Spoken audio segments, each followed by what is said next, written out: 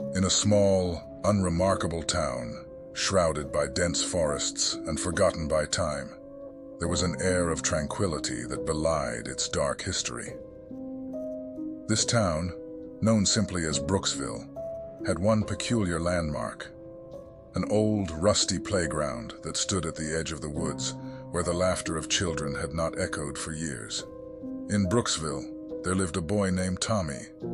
Tommy was like any other 7-year-old, full of energy and curiosity, with a particular fondness for drawing. He would often wander off to explore, but one summer's day, Tommy didn't return home. The town was engulfed in a frantic search, but it wasn't until a month later that he was found, inexplicably sitting on a swing in the old playground, a tattered, eerie doll clutched in his hands. The police returned Tommy to his parents, who were overjoyed yet deeply unsettled. Their son, once vibrant and talkative, was now silent and distant. His only interaction was with the strange doll, which he named Mr. Smiles. In the following days, Tommy began to draw again, but his drawings were no longer of sunny skies and smiling faces. They were dark, disturbing images of Mr. Smiles, holding a knife, with his parents lying motionless on the ground, and the doll's stitched grin wider than ever. As the days passed, Tommy's behavior grew increasingly bizarre. At night, he would wander into his parents' room, standing silently by their bed, an unnerving smile plastered on his face. His mother, deeply troubled, began to suspect that the child who returned to them was not her Tommy. The local priest, Father Michaels, a man well versed in the town's history, grew concerned upon hearing of Tommy's behavior. He revealed to the parents a chilling tale. The playground was built on grounds that were once used for occult rituals, and it was said that a malevolent spirit was trapped within a doll, a conduit for its sinister presence. Fearing for their child, Tommy's parents sought the help of Father Michaels, who agreed to perform an exorcism. However, on the night it was to take place, a violent storm hit Brooksville, cutting off all power.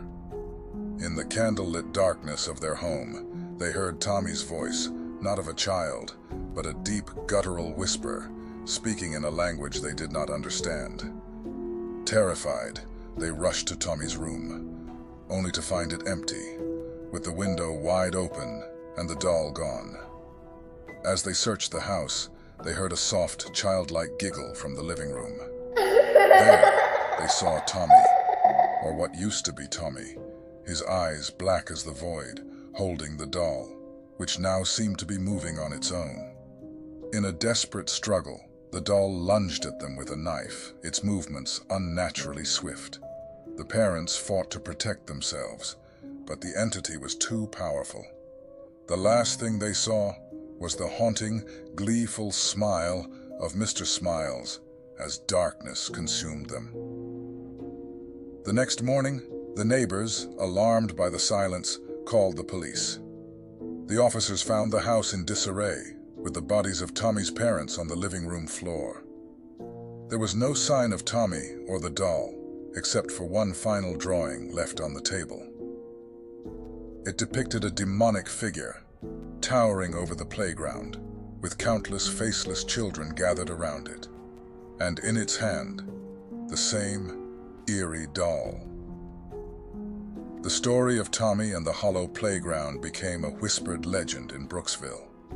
Some say that on quiet nights, you can still hear the faint sound of a child's laughter near the old playground and the chilling creak of a swing moving gently in the wind.